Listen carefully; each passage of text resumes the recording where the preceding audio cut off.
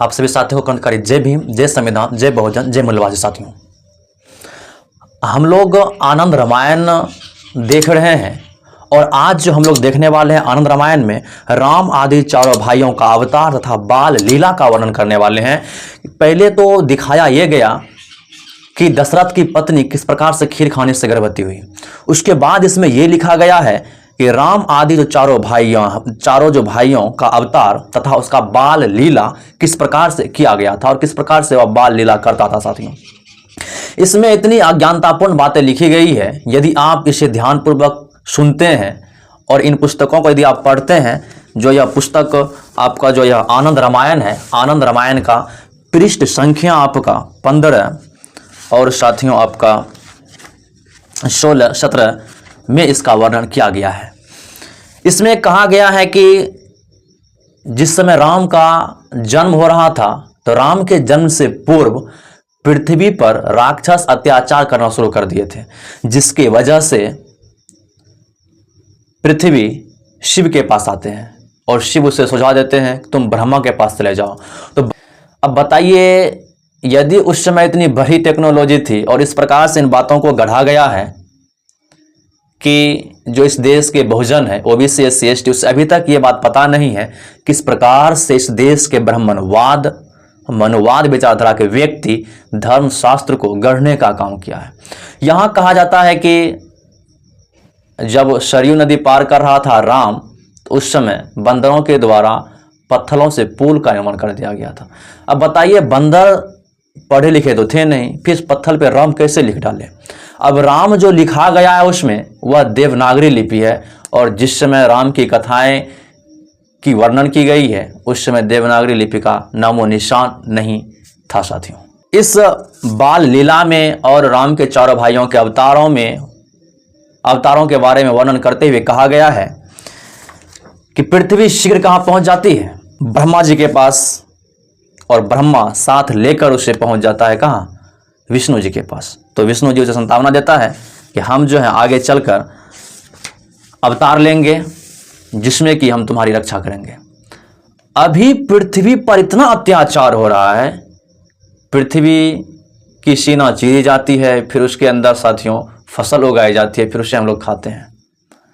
और पृथ्वी पर जो है खुदाई भी की जाती है। पृथ्वी पर जो मंदिर है, मंदिर में कहीं मस्जिद खोदा जाता है और खुदाई करके मस्जिद के अंदर मंदिर खोदा जाता है। अब बताइए, क्या अभी पृथ्वी पर अत्याचार नहीं हो रहा है? तो फिर अभी कहाँ गए विष्णु के अवतार? अभी तो उसे पृथ्वी पर आनी चाहिए। जिस समय यह देश गुलाम था, आज़ाद नहीं हुआ था, उस समय इस देश में साथियों 33 करोड़ के लमसम देवी देवता थे। उस समय अवतार लेकर देश को गुलामी की जंजीर से क्यों नहीं छुड़ाया? आखिर सवाल तो उठता है। यदि सवाल उठता है, यदि सवाल करते हैं तो मनुवादियों की पिछवाड़ा भी जलता है। तो जिसको जलना है उसे जलने दीजिए और आप अपने समाज को जगाते रहिए। आपसे यह रिक्वेस्ट है, यदि आप खुलकर बोल नहीं सकते हैं तो जो आपके साथ बोलते हैं उसका कम से कम समर्थन कीजिए, और जो बोलते हैं उसको पहले आप सोचिए, उसके बाद आप समर्थन कीजिए।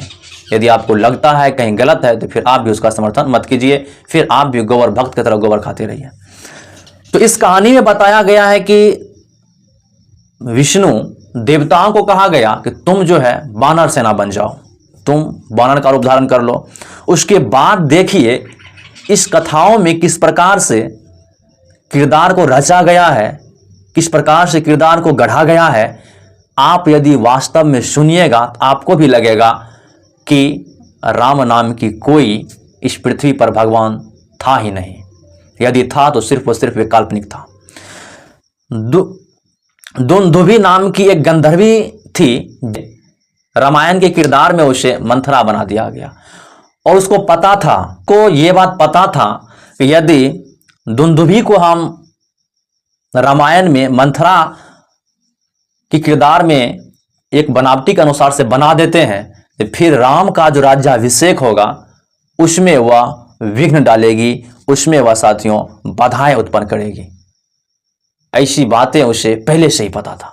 उसके बाद जब द्वापर में साथियों जब कृष्ण का जन्म हुआ तो उस समय उसे साथियों कुब्जा बना दिया गया, जिसमें कि वे कृष्ण को साथियों बाधा डाल सके। अब इतनी प्रकार से इस रामायण में, महाभारत में जितने भी धार्मिक ग्रंथ है, सभी में किस प्रकार से किरदार को रचा गया, उसे आपको जानना होगा, आपको पढ़ना होगा, आपको सोचना होगा, आपको समझना होगा। अन्यथा आप भी गोबर भक्त की तरह गोबर खाते रहेंगे और अपने बेटे को, अपने बच्चों को हाथ में भगवा तिरंगा देकर मस्जिद पे झंडा फहराने का आदेश दिया करेंगे। ऐसा नहीं कीजिए। आप उसको पहले जानिए, समझिए, बूझिए और फिर आप उन बातों पर विश्वास कीजिए। तो चलिए साथियों, आप सभी का आनंद रामायण की पाठशाला में स्वागत है। मैं फिर बता देता हूं, मैं जो भी कुछ बोलता हूं अपने मन से नहीं बोलता हूं। यह जो आनंद रामायण है, मैं इसी के द्वारा आप सभी को बताता हूं कि इसमें क्या लिखा गया है। साथियों चलिए, राम आदि चारों भाइयों का अवतार तथा बाल लीला वर्णन। श्री शिव जी बोले, इसी समय रावण आदि दुष्ट राक्षसों से माता पृथ्वी को बड़ी पीड़ा हुई। शिव जी कह रहे थे कि इसी समय जो है दुष्ट राक्षसों से माता पृथ्वी को बहुत पीड़ा होने लगी। तब वह ब्रह्मा जी को साथ ले भगवान विष्णु के पास पहुंची और धर्म रक्षा के लिए उसने प्रार्थना करने लगी। उसके बाद पृथ्वी ब्रह्मा जी के पास पहुंची और ब्रह्मा को लेकर उन्होंने विष्णु जी के पास पहुंची और पहुंचने के बाद धर्म रक्षा के लिए प्रार्थना करना शुरू कर दी। तब उन्होंने कहा, हे पृथ्वी, तुम चिंता ना करो, मैं शीघ्र तुम्हारी सहायता के लिए भूमि पर अवतार धारण करूंगा। तो विष्णु ने पृथ्वी को आश्वासन दिलाया कि तुम चिंता मत करो, मैं तुम्हारी सहायता के लिए शीघ्र ही भूमि पर अवतार ले रहा हूं या अवतार धारण करूंगा। ऐसा कहकर उन्होंने देवताओं से कहा कि तुम लोग वानर रूप से पृथ्वी पर जन्म ले लो। उसके बाद कहा गया देवताओं से, तुम लोग वानर के रूप में इस पृथ्वी पर जन्म ले लो। दुंदुभी नाम की गंधर्वी मंथरा के रूप में इसलिए जन्म लेवे कि राम के राज्याभिषेक में अवश्य ही विघ्न उपस्थित करे। और दुंदुभी नाम की गंधर्वी जो है उसे मंथरा के रूप में इसलिए जन्म दे दिया गया। अब बताइए कि उसको पहले से ही पता था कि राम का राज्याभिषेक होगा। यदि राज्याभिषेक होगा तो वह जंगल नहीं जाएगा, वनवास नहीं जाएगा। इसका मतलब यह है कि ये सब लोग जानबूझकर जो है राम को वनवास भेजा, लेकिन यहां मंथरा और कैंकई बेवजह बदनाम है साथियों। इन सभी की बूझी सूझी साजिशों के द्वारा राम को वनवास भेजा गया था। फिर वही द्वापर के अंत में कंस के यहाँ कुब्बा बने। तत्पश्चात साक्षात भगवान विष्णु चैत शुक्ल नवमी के दिन मध्या सूर्य के समय प्रसूत गृह में कौशल्या के समक्ष अपने 4 भुजाओं से युक्त पीतांबर धारण किए मेघवत श्याम शरीर से परम तेजो में प्रकट हुए। अब बताइए, उसके बाद कहा जाता है कि तत्पश्चात साक्षात भगवान विष्णु जो है चैत शुक्ल नवमी के दिन मध्या सूर्य के समय, मतलब दोपहर के समय, प्रस्तुत गृह में कौशल्या के समक्ष अपने 4 भुजाओं से युक्त। आप कभी देखे हैं किसी व्यक्ति को 4 भुजाओं के साथ जन्म लेते हुए? यदि कोई व्यक्ति 4 भुजाओं के साथ जन्म लेता है तो लोग उसे देखकर इतना डरावना महसूस करने लगता है कि वे उसके नजदीक तो जा ही नहीं पाते हैं। अब बताइए, उस समय 4 भुजा वाले साथियों कौशल्या के समक्ष जो है 4 भुजाओं वाले विष्णु का अवतार हो गया। पीतांबर धारण किए मेघवत श्याम शरीर से परम तेजोमय प्रकट हुए। भगवान के इस रूप को देखकर कौशल्या ने उनसे बाल्य रूप धारण करने की प्रार्थना की। उन 4 भुजाओं वाले का रूप देखकर उनसे प्रार्थना की कि हे भगवान, आप जो है बालक रूप में आ जाइए। तो या तो दशरथ द्वारा किया गया पुत्रेष्ठी यज्ञ गलत है, या तो राम का अवतार लेना गलत है। 2 में से तो कोई एक गलत अवश्य होगा। एक जगह बता रहा है कि राम का जन्म जो है राम का जन्म खीर खाने से हुआ जब उनकी माता गर्भवती हुई तब, लेकिन यहाँ बताया जा रहा है कि राम का अवतार हुआ है। अब बताइए, दोनों बातों में से आप किन बातों को ध्यान में रखेंगे? राम का अवतार है या उनका जन्म हुआ है साथियों? इन सभी बातों को यदि आप सोचते हैं तो इससे पता चलता है कि ना तो उनका जन्म हुआ है ना तो अवतार हुआ है। यदि अवतार होता है तो फिर कौशल्या इसकी माँ कैसे हो गई? जब तक उन्होंने उसे जन्म नहीं दिया तो फिर माँ कैसे हो गई? अब कोई माँ अपने पुत्र से ये कहेगा कि तुम बालक रूप में चले आओ। उनका पुत्र यदि जन्म लेता है, किसी भी माँ के पुत्र यदि जन्म लेता है तो पहले बाल्यावस्था में आता है, फिर धीरे धीरे बड़ा होता है।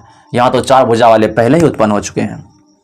फिर तो तत्क्षण भी भगवान नाग केसर से भूषित स्वर्ण की सी कांति लिए अपने कमलवत नेत्रों से युक्त चंद्रमा के समान सुंदर मुख वाले सूर्य के समान ही तेजस्वी बालक के रूप में हो गए साथियों।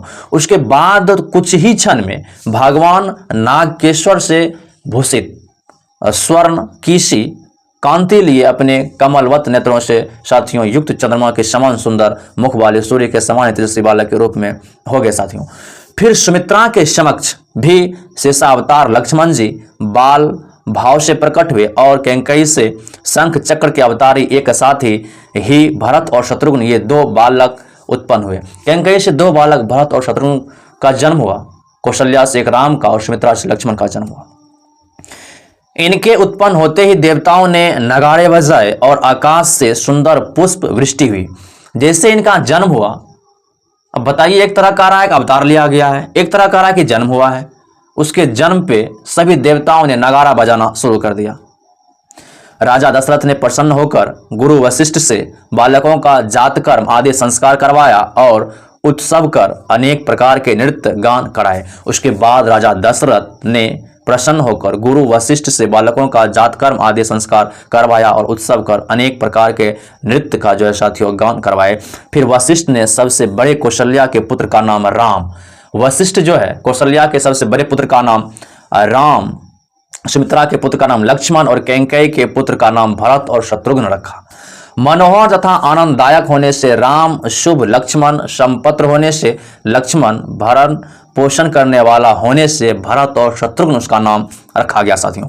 फिर तो लक्ष्मण राम के साथ और शत्रुघ्न भरत के साथ खेलते कूदते दिन दूने रात चौगुने बढ़ने लगे। उनके हाथों में सोने के कड़े और पैरों में झांझ तथा नूपुर शोभित हो रहे थे। ऐसे भूषणों से भूषित बाजूबंद करधनी तथा कुंडलों से उनकी और भी शोभा हो रही थी साथियों। उसके बाद बच्चे जो है धीरे धीरे बड़े होने लगे। राम लक्ष्मण के साथ, भरत जो है शत्रुघ्न के साथ खेलना प्रारंभ कर दिया। उनके गले में सोने की सिकड़ियां पड़ी हुई थी। वे रत्न जटिल स्वर्ण की संकलों से बंधे हिंडोलों पर झूलते हुए और भी शोभ्यमान होते थे साथियों। अब स्वर्ण निर्मित पीपल के पत्ते के समान वह आभूषण जिसके अग्रभाग में बड़े बड़े मोती लटक रहे थे, ललाट स्थल में बंधे हुए उन बालकों की शोभा को और भी साथियों बढ़ा रहे थे। कानों में रत्न जड़ित कनक कुंडल लहरा रहे थे। शरीर पर साथियों घुंघराले बाल फहरा रहे थे। पैरों में मणि मंडित झंझाड़े झंझना रही थी। हाथों में बाजूबंद और कटी में किंगिनी खनखना रही थी। कटी मतलब होता है कमर में साथियों जो किंगिनी खनखना रही थी। उस पर उनके हास्यपूर्ण मुख में किरणों के समान छोटे छोटे दांतों में बिजली सी चमक जाती थी।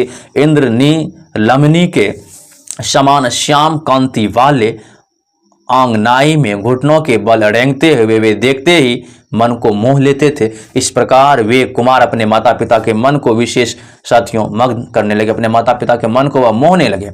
रानी कौशल्या और राजा दशरथ अपने इन बालक को अनेक प्रकार के वस्त्र और वघनखा आदि अलंकारों से सर्वदा भूषित रखते थे। उसके बाद जो है रानी कौशल्या और राजा दशरथ अपने इन बालकों को वस्त्र और आभूषण से सदा साथियों भूषित रखते थे।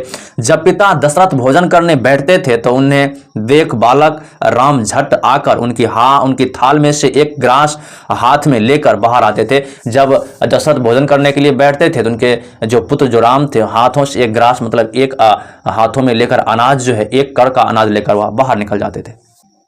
राजा के कहने पर कौशल्या राम को पकड़ने के लिए जब बाहर जाती तो योगियों को भी आगम्य राम उनके हाथ नहीं आते थे तो राम उससे साथियों पकड़ने नहीं देता था। पुनः राम स्वयं ही धीरे से आकर पीछे से आनंद पूर्वक अपने कोमल करों से माता पिता के मुख में वह कवल खिला देते थे। जो हाथ में वह अनाज लेता था वह अपने माता पिता को खिला देते। बाल क्रीड़ा के ऐसे अनेक कौतुक बाल चेष्टा के मधुर भाषण बालकों में कृत्रिम युद्ध, मुख चुंबन और विविध सवारियों पर सवार हो राम आदि माता पिता के मन को मोहित करते हुए उन्हें आनंद पहुंचा देते। उसके बाद राम जब अपने माता पिता को मन को मोहना शुरू कर दिया, उससे आनंद पहुंचाने लगे। जब कुछ और बड़े हुए तो वस्त्राभूषणों से और भी भूषित होकर पिता को प्रमाण कर सभा के मध्य में सिंहासन पर जा विराजे और राजा ने मुनियों तथा महर्षियों के द्वारा उनका आज्ञोपवीत संस्कार कराया। फिर एक शुभ मुहूर्त देकर उन्होंने संग सहित चारों वेदों, 6 शास्त्रों और सब कलाओं को पढ़कर शीघ्र ही कंठस्थ कर लिया। ब्रह्मचर्य की समाप्ति की। फिर सैनिकों, मंत्रियों तथा गुरु वशिष्ठ को साथ लेकर सहर्ष तीर्थ यात्रा की। 6 महीने तक वे यात्रा में रहे, पुनः अयोध्या लौटे। वे अपने बुद्धिमता, मातृ पितृ भक्ति से सब नगरवासियों तथा उस देश की प्रजा को मग्न करने लगे। साथियों, खुद सोच सकते हैं कि राम का अवतार हुआ या जन्म हुआ। कहीं बताया गया है कि राम का जन्म हुआ और कहीं बताया जाता है कि राम का अवतार हुआ। जब राम का अवतार हुआ तो राम को अवतार करने से पहले विष्णु को सारी बातें जब पता था, फिर सीता की इतनी अग्नि परीक्षा क्यों लेनी पड़ी? क्या राम जानते हुए भी कार की दुष्टतापूर्ण कार्य क्यों किया?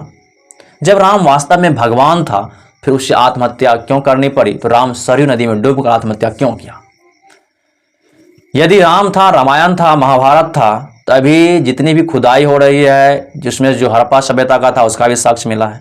राम के समय में रामायण का अभी तक साक्ष्य क्यों नहीं मिला? राम जाकर सरयू नदी में आत्महत्या क्यों कर लिया? आत्महत्या करने पर क्यों मजबूर हो गया? साथियों, आपसे एक ही निवेदन है कि आप इन सभी बातों को तर्क के साथ अपने तर्क की कसौटी पर कसें और इसे समझें। मिलते हैं फिर नेक्स्ट वीडियो में। जय भीम, जय संविधान। जय हिंद, जय मिलवास।